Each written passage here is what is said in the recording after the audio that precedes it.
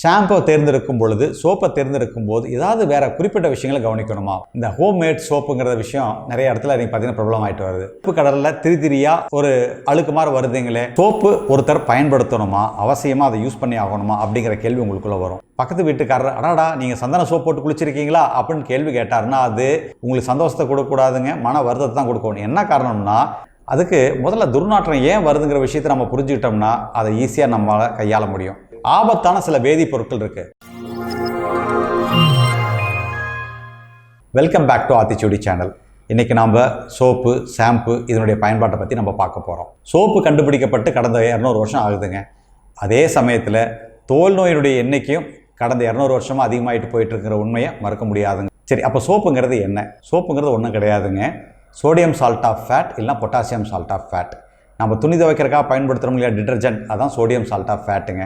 நம்ம குளிக்கிறதுக்கு பயன்படுத்தக்கூடிய சோப்பு வந்து பார்த்திங்கன்னா பொட்டாசியம் சால்ட் ஆஃப் ஃபேட், அதாவது டாய்லெட் சோப். சோப்பு ஒருத்தர் பயன்படுத்தணுமா, அவசியமாக அதை யூஸ் பண்ணி ஆகணுமா அப்படிங்கிற கேள்வி உங்களுக்குள்ளே வரும். இந்த வீடியோ முழுசும் பாருங்கள், கண்டிப்பாக உங்களுக்கு கடைசியில் ஒரு தெளிவான ஒரு பதில் கிடைக்கும். பொதுவாக பார்த்திங்கன்னா நம்ம உடம்பு மிக மிக புத்திசாலித்தனமான ஒரு இயந்திரம், ஒரு மிஷின் கூட சொல்லலாங்க. நான் முன்னாடியே இதை பற்றி கூட சொல்லியிருக்கேன். அதாவது தன்னை பாதுகாத்துக்க எல்லா விஷயம் இயற்கை அதுக்கு இயல்பாகவே கொடுத்துருக்கு. நம்ம உடம்புல வேர்வை மற்றும் செபம்னு சொல்லக்கூடிய செபேசியஸ் கிளாண்ட்லேருந்து செக்ரேட் ஆகக்கூடிய ஒரு ரசாயன பொருள், ஒரு கொழுப்பு மாதிரி ஒன்று ரிலீஸ் ஆகுங்க. இந்த வேர்வையும் அதுவும் கலந்து நம்ம உடம்பு மேலே ஒரு அமில கவசத்தை உருவாக்கும். அதுக்கு பேர் ஆசிட் மேண்டல். இதுவே இயற்கையாக நம்ம உடம்பை பாதுகாப்பாக பார்த்துக்கும், எந்த நோய் தொற்றோ கிருமிகளோ வளராதபடி பார்த்துக்கும். அப்போது தோலினுடைய பிஹெச் பார்த்திங்கன்னா 4.5லேருந்து 6, அதாவது ஒரு அமிலத்தன்மை மிகுந்த நிலையில் இருக்கும். சோப்பினுடைய பிஹெச் பார்த்திங்கன்னா 10, காரத்தன்மை மிகுந்தது. அப்போது சோப்பை பயன்படுத்தணும்னா இயற்கையாக கொடுத்துருக்கக்கூடிய இந்த ஆசிட் மேண்டில் அதை அழிக்குங்கிறது தான் உண்மை. அப்போது சோப்பை எப்படி பயன்படுத்தலாமா வேண்டாமா?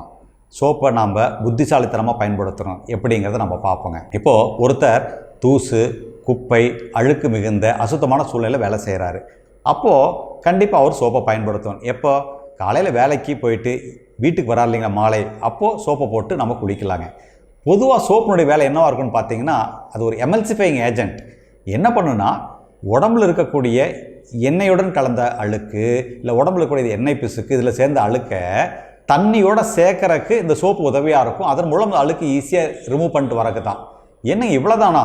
சோப்பில் பார்த்தீங்கன்னா பலரசம் கலந்துருக்குங்கிறாங்க, ஊட்டச்சத்து இருக்குன்னு சொல்கிறாங்க, இதை போட்டால் உங்கள் தோல் வனப்படையும் சொல்கிறாங்க, அழகடையும்னு சொல்கிறாங்க. என்னங்க நீங்கள் வெறும் இது மட்டும் இந்த வேலை மட்டும் தான் பண்ணுன்னு சொல்கிறீங்கன்னு கேட்கலாம். இந்த மாதிரி ஒரு கேள்விக்கு தாராளமாக உங்கள் மனசில் வரும். ஆனால் யதார்த்தம் என்னவென்று பார்த்தால் சோப்பில் இருக்கக்கூடிய எந்த ஊட்டச்சத்தும் உங்கள் தோல்னால் எடுத்துக்க முடியாது. உங்கள் தோல் ஆரோக்கியமாக இருக்கும்னா நாம் வாய் வழியாக உண்ணுகின்ற உணவின் மூலமாக மட்டும்தான் நம்ம ஆரோக்கியத்தை கொடுக்க முடியும். அதன் மூலமாக தான் ஊட்டச்சத்தை கொடுக்க முடியும். சோப்புலேருந்து நேரடியாக எந்த ஊட்டச்சத்தும் தோலுக்கு போய் சேராதுங்க.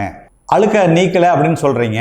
ஆனால் பார்த்தீங்கன்னா சில நேரங்கள் நான் குளிக்கும்போது அழுத்தி தேய்க்கும் போது கருப்பு கடலில் திரிதிரியாக ஒரு அழுக்கு மாதிரி வருதுங்களே, அது என்னன்னு நீங்கள் கேட்கலாம். பொதுவாக பார்த்தீங்கன்னா நம்ம உடம்பானது ஒவ்வொரு 20 நாள்லேருந்து 30 நாளுக்கு ஒரு முறை தோலை புதுப்பிச்சுக்கும். அப்போது தோலை புதுப்பிச்சுக்கும் போது ஆல்ரெடி முன்னாடி இந்த பழைய தோல்லாம் பார்த்தீங்கன்னா அந்த செல்ஸ்லாம் இறந்துடும், டெட் செல்ஸாக மாறிடும்.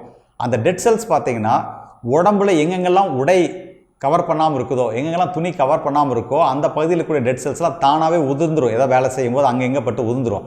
ஆனால் உடை மூடி இருக்கக்கூடிய பகுதியில் இருக்கக்கூடிய அந்த டெட் செல்ஸ் அப்படியே தாங்க இருக்கும். அதை நம்ம அழுத்தி தேய்க்கும் போது, குளிக்கும் போது, தேய்க்கும் போது பார்த்தீங்கன்னா அது திரிதிரியாக வரும். இது அழுக்கு இல்லைங்க, நம்ம உடம்புல இருக்கக்கூடிய இந்த டெட் ஸ்கின், இதுதான் உண்மை. ரெண்டாவது, நாம் சோப்பு போட்டு பயன்படுத்தி குளிச்சுட்டு வெளியே வரும் பொழுது பக்கத்து வீட்டுக்காரர் அடாடா நீங்கள் சந்தன சோப்பு போட்டு குளிச்சிருக்கீங்களா அப்படின்னு கேள்வி கேட்டாருன்னா அது உங்களுக்கு சந்தோஷத்தை கொடுக்கக்கூடாதுங்க, மன வருத்தத்தை தான் கொடுக்கணும். என்ன காரணம்னா சோப்பில் இருக்கக்கூடிய எல்லா நறுமணங்களும் இயற்கையில் இருக்கக்கூடிய ஒரு பொருளுடைய வாசனையின் மூலம் வருதுன்னு நினைக்காதீங்க. சந்தன ஆயிலினுடைய லிட்டர் என்ன விலைன்னு கேட்டு பாருங்கள். நீங்கள் வாங்குகிற சோப்பில் அந்த எண்ணெயை கலக்க முடியுமான்னு யோசிச்சு பார்த்தீங்கன்னா சாத்தியம் இல்லைன்னு தெரிஞ்சுக்கிங்க. அது எல்லாமே செயற்கையாக மனம் மூட்டப்பட்ட ரசாயனங்கள்.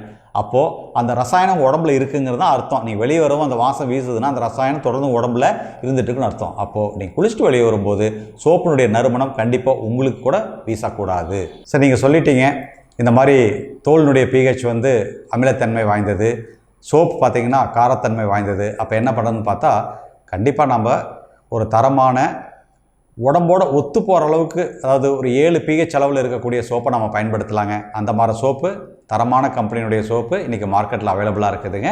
அது கொஞ்சம் முயற்சி பண்ணோம்னா கரெக்டாக கண்டுபிடிச்சி நம்ம வாங்கிட முடியும், அதை பயன்படுத்த முடியும். சரி, பலருக்கு பார்த்திங்கன்னா உடம்புல எனக்கு துர்நாற்றம் வருது, என்ன தான் நான் சோப் போட்டு குளித்தாலுமே கூட எனக்கு துர்நாற்றம் போக மாட்டேங்குது, அதுக்கு என்ன பண்ணுறது அப்படின்னு கேட்பாங்க. அதுக்கு முதல்ல துர்நாற்றம் ஏன் வருதுங்கிற விஷயத்தை நம்ம புரிஞ்சுக்கிட்டோம்னா அதை ஈஸியாக நம்மளால் கையாள முடியும். துர்நாற்றம் வர காரணம் என்னென்னு பார்த்தீங்கன்னா, நம்ம உடம்புல 2 வகையான வேர்வை சுரவி இருக்குது. ஒன்று வந்து பார்த்திங்கன்னா அப்போக்ரைன் அப்படின்னு சொல்லக்கூடிய ஒரு வேர்வை சுரவி, இன்னொன்று அக்ரைன். இந்த அப்போக்ரைன் வேர்வை சுரவி பார்த்திங்கன்னா செக்ஸ் ஹார்மோன்ஸ் மூலமாக கண்ட்ரோல் ஆகக்கூடிய விஷயம். இந்த மாதிரி வேர்வை சுரவி இருக்கக்கூடிய இடம் எதுன்னு பார்த்திங்கன்னா, அந்த அண்டராம், இந்த ஆக்சிலான்னு சொல்லக்கூடிய அந்த அக்குள் பகுதி, கிச்ச பகுதி, இந்த இடத்துல இருக்குங்க. நெத்தியில் இருக்கும், மூக்குனுடைய இந்த சைடில் இருக்கும். அது மட்டும் இல்லாமல் நம்ம இடுப்பு பகுதியில், பிறப்புறுப்பை சுற்றி இருக்கக்கூடிய பகுதியில் இந்த வேர்வை சுரவிகள் இருக்குது. இந்த வேர்வை பார்த்திங்கன்னா துர்நாற்றம் அடிக்கக்கூடியது. அப்போது நம்ம குளிக்கும் பொழுது இந்த அன்றாம் அக்குள் பகுதியை நல்லா சுத்தமாக தேய்ச்சி குளிச்சிடணும். அது மட்டும் இல்லாமல் இடுப்பை சுற்றி இருக்கக்கூடிய அந்த பிறப்புறுப்பை சுற்றி இருக்கக்கூடிய பகுதியை நல்லா நாம் தேய்ச்சி குளிச்சிட்டோம்னாவே அந்த துர்நாற்றம் வராதுங்க. அதனால தான் பார்த்திங்கன்னா சில பேர் சோப் போடும்போது இந்த சினிமாவில் போடுற மாதிரி இந்த இடத்துல மட்டும் தான் சோப் போடுவாங்க. ஆக்சுவலாக பார்த்திங்கன்னா முகத்தில் சோப் போடும் பொழுது இந்த இடத்துல நல்லா சோப் போட்டு நம்ம சுத்தம் பண்ணணும். என்ன காரணம் பார்த்திங்கன்னா, இந்த அக்ரைன் கிளான்ஸ் வந்து பார்த்திங்கன்னா, அப்போக்ரைன் கிளான்ஸ் பார்த்திங்கன்னா வேர்வை சுரக்கிறது இந்த இடத்துல அதிகமாக இருக்கும். இந்த இடத்துல அது எண்ணெய் பிசுக்கோடு இருக்கும். பல நேரங்கள் தூசெல்லாம் பெட்டு அந்த இடத்துல இருக்கக்கூடிய அந்த வேர்வை நாளங்களை அடைக்கும் பொழுது தான் அது முகப்பருவாக மாறுது. அப்போது இந்த இடத்த நல்லா தேய்ச்சி சுத்தமாக குளிக்கணும். சோப்பை பயன்படுத்தும் போது இந்த இடத்துல தான் நம்ம மெயினாக பயன்படுத்தணும். அடுத்தபடியாக குளிக்கும் பொழுது சோப்புடன் நான் வந்து இந்த ஸ்க்ரப்பரை பயன்படுத்தலாமா? இந்த பார்த்திங்கன்னா நைலான் நார் மாதிரி இருக்கும். அந்த காலத்திலலாம் பார்த்திங்கன்னா அந்த சுரக்காயினுடைய காஞ்ச அதனுடைய கூட்டை அதை பயன்படுத்துவாங்க. இது எதுக்குன்னு பார்த்திங்கன்னா, நம்ம கிராமப்புறங்களில் பார்த்திங்கன்னா அந்த வாய்க்காலில் பார்த்திங்கன்னா ஒருத்தர் குளிச்சுட்டு இருப்பார்.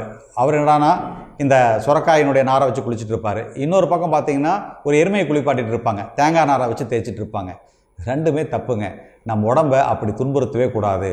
நம்ம தோல் ரொம்ப மென்மையானது, மிக மிக ஈஸியாக அது காயமாயிரும். ஏதாவது இந்த நாரோ இல்லை நைலான் நாரோ அந்த போன்ற விஷயங்களை வச்சு நம்ம தேய்ச்சி குளிக்கணுங்கிற அவசியமே கிடையாது. ஈவன் நம்ம சொரிஞ்சு கூட இந்த மாதிரி குளிக்கக்கூடாதுங்க. சில பேர் பார்த்திங்கன்னா நகத்தில் அப்படியே சொரிஞ்சு குளிப்பாங்க, அந்த மாதிரி குளிக்கக்கூடாதுங்க. விரலால் அழுத்தி தேய்த்தாலே போதும், கண்டிப்பாக நம்ம உடம்பு முழுமையாக சுத்தம் அடைஞ்சிருங்கிறது தான் உண்மை. சரி, இப்போ அடுத்தபடியாக நாம் பார்க்க போகிறது ஷாம்புங்க. ஷாம்புங்கிறது என்னங்க? ஷாம்புங்கிறது ஒன்றுமே கிடையாது. It is a liquid soap. திரவ வடிவத்தில் இருக்கக்கூடிய ஒரு சோப்பு. என்னது, அவ்வளோதானா? என்னங்க, எங்களுடைய ஷாம்பு போட்டு குளித்தால் தலைமுடி வலுவாகும், எங்கள் ஷாம்பில் வந்து ப்ரோ விட்டமின் இருக்குது, முட்டை கலந்து தயாரிக்கிறாங்க, பாதாம் பருப்பு கலந்து தயாரிக்கிறாங்க, இந்த மாதிரி விதவிதமான ஊட்டச்சத்து பொருட்கள் எல்லாம் கலந்து தயாரிக்கிறாங்க, இதெல்லாம் போட்டால் முடி நல்லா வனப்பாகும், முடி நல்லா வலுவாகும் அப்படின்னு சொல்கிறாங்களே, நீங்கள் என்னடா வெறும் லிக்விட் சோப்புன்னு சொல்கிறீங்களே அப்படின்னு கேட்டால் உண்மை அதுதானுங்க. உங்கள் முடி வலுவாக இருக்கும்னா, ஆரோக்கியமாக இருக்கும்னா, மறுபடியும் வாய் வழியாக நாம் எடுத்துக்கொள்ளக்கூடிய உணவின் மூலமாக தான் நம் முடிக்கு ஊட்டச்சத்தை கொடுக்க முடியும். நேரடியாக முடியினால் எந்த ஊட்டச்சத்தையும் உறிஞ்சிக்க முடியாது, எடுத்துக்க முடியாது. காரணம், முடி வந்து ஒரு டெட் செல்லுங்க. பார்த்திங்கன்னா விளம்பரத்தில் கூட காட்டுவாங்க.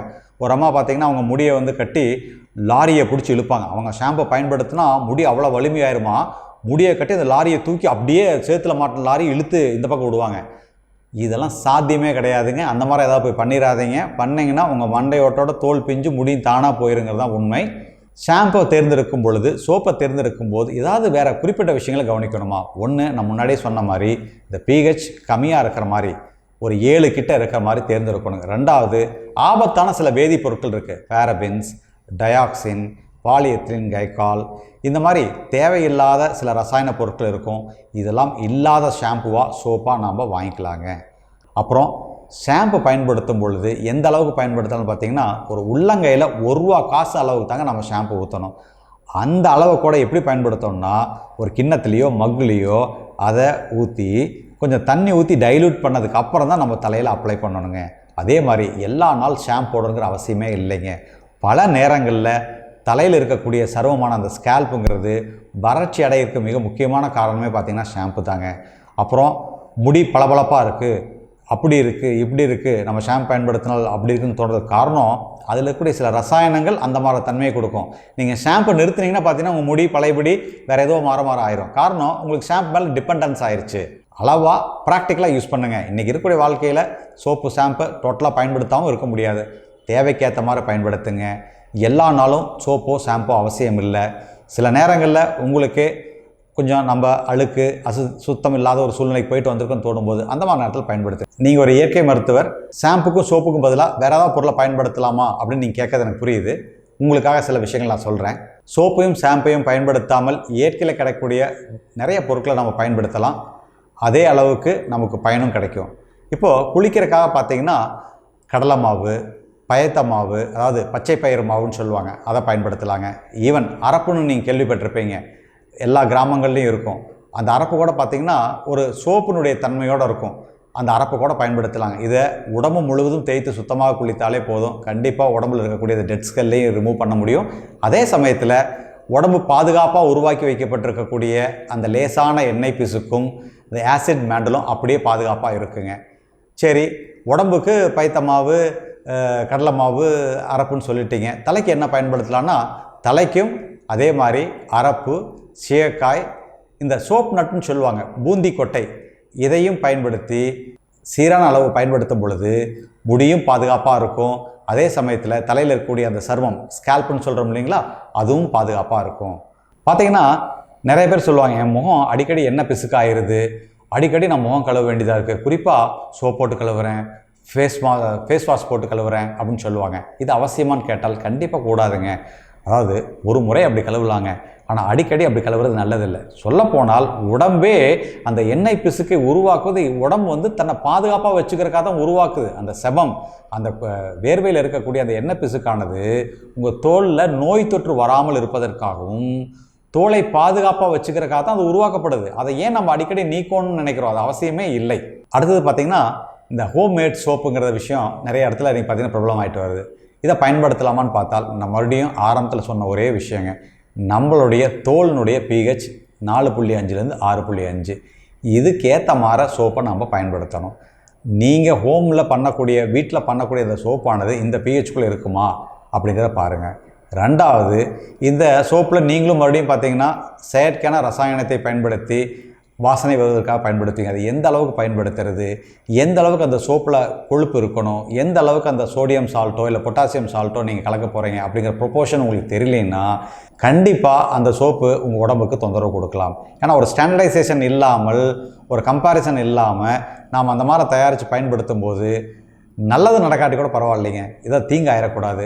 இறுதியாக இந்த வீடியோனுடைய சாராம்சம் என்னன்னு பார்த்தீங்கன்னா, ஒன்று, சோப்பு பயன்படுத்தலாமா வேண்டாமான்ட்டு. பயன்படுத்தலாங்க, தேவைப்படும் பொழுது. ரொம்ப அசுத்தமான சூழ்நிலை மற்றும் நோய் தொற்று ஏற்படக்கூடிய இடங்கள்லேருந்து வரக்கூடியவங்க கண்டிப்பாக சோப் போட்டு ஒரு முறை குளிச்சுக்கலாங்க, தப்பில்லை. அந்த மாதிரி இல்லைன்னா வெறும் நீரால் உடம்பை நன்றாக தேய்த்து குளித்தாலே போதும்.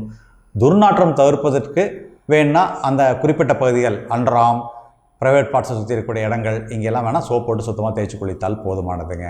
வாரத்துக்கு 2 வாட்டியோ இல்லை 3 வாட்டியோ சோப் போட்டால் போதும். அதே மாதிரி தாங்க ஷாம்பு. இன்றைக்கி நாம் சோப்பு மற்றும் ஷாம்புனுடைய பல சுவாரஸ்யமான தகவலை பற்றி தெரிஞ்சுக்கிட்டோம்.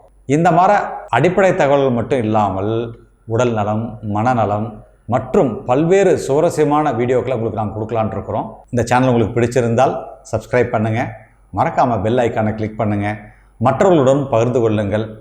நன்றி, வணக்கம்.